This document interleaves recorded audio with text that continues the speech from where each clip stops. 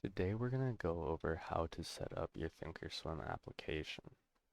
So the first thing you're going to want to do is go up to Setup and Application Settings and to System.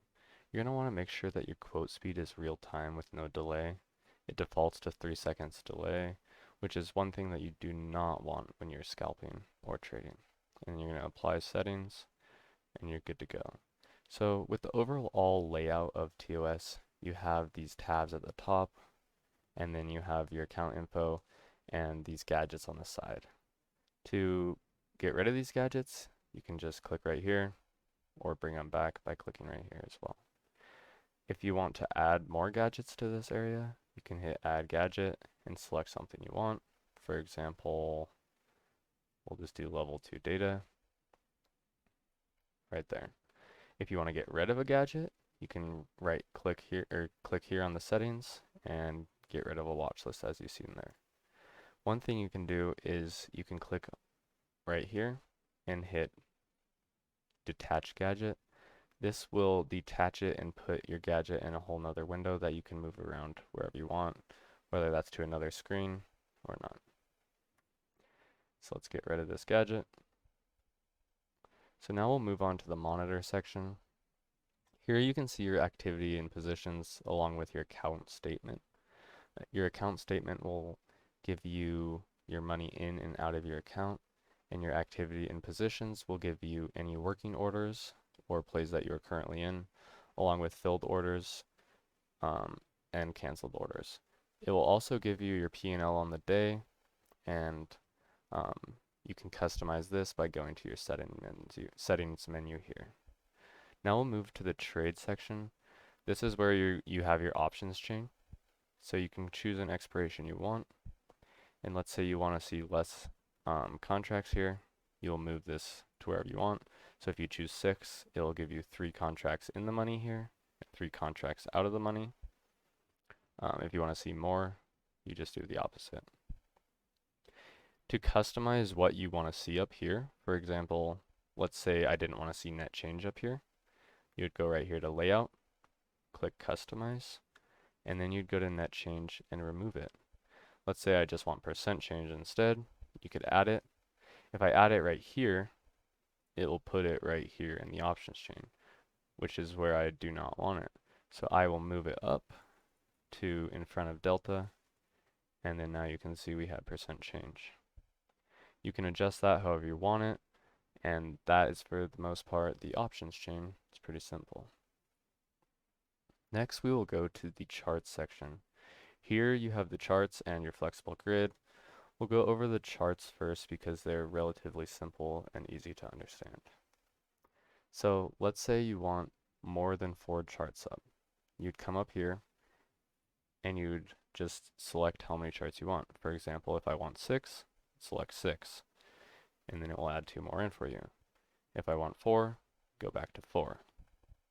Now when your charts load in, they won't look like this. They have the default TOS settings. To adjust those, you would click on Style and Settings, and then you can adjust anything from your time axis to your appearance of the candlesticks, anything like that. Just make sure you hit Apply and then OK. And then if you want any indicators or studies on there that you find online, you can just go Studies and load Study Set or Edit Studies. And from here you can add any indicators that you want. You just click on it, hit Add Selected, and then Apply. The one important thing is when you get a chart the way you want it, is to go up to Style and hit Save Style, and then select this button that includes your pattern and study set. This will mean when you load in this certain style, it will also include all the indicators or studies that you added along with it. So you'll do that. And that's charts for the most part.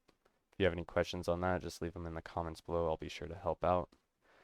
So now we'll move to the flexible grid. This is where it gives you the most freedom in how you want your screen to look.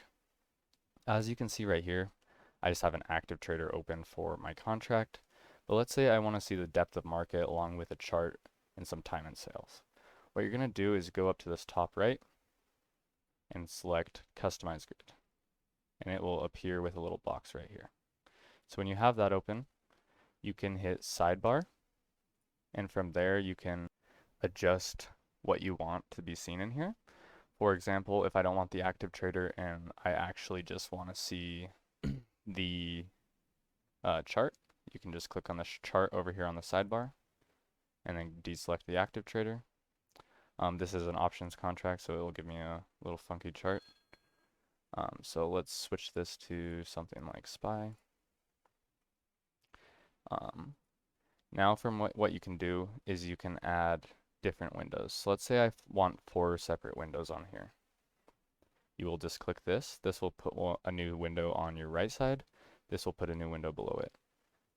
So you can see we got a new one on the right side. Now let's say I want one more, and then I also want a chart in the middle here. So what you can do is you will link these to something that you want. In this case, SPY. And then you can select what you want in this sidebar. So like right here, let's say I want the depth of market. I will select the active trader, get rid of the chart. Let's say here I want level 2 data. Click on level 2, get rid of the chart. And you can adjust them like that, drag it down. And over here I want time and sales. So then get rid of chart. And then this one has the chart, but with TOS's on demand, it's taking a while to load in. So we'll see if it actually does that. When you get stuff arranged how you want it, you can click off of these sidebars and it will get rid of them. And then you can go back up here and you're going to want to save this flexible grid as something that you can remember. For example, I have some saved as main screen, and that is my normal depth of market that I use. From here, you can also click here and detach, and then you can move this to a separate window wherever you want it. And that's for the most part setting up your flexible grid. If there are any questions, please leave them in the comments below, or if there's anything you feel I missed, let me know and I will get that. Get a video done or reach back out to you on that. Thanks for watching, and please consider subscribing. Thank you.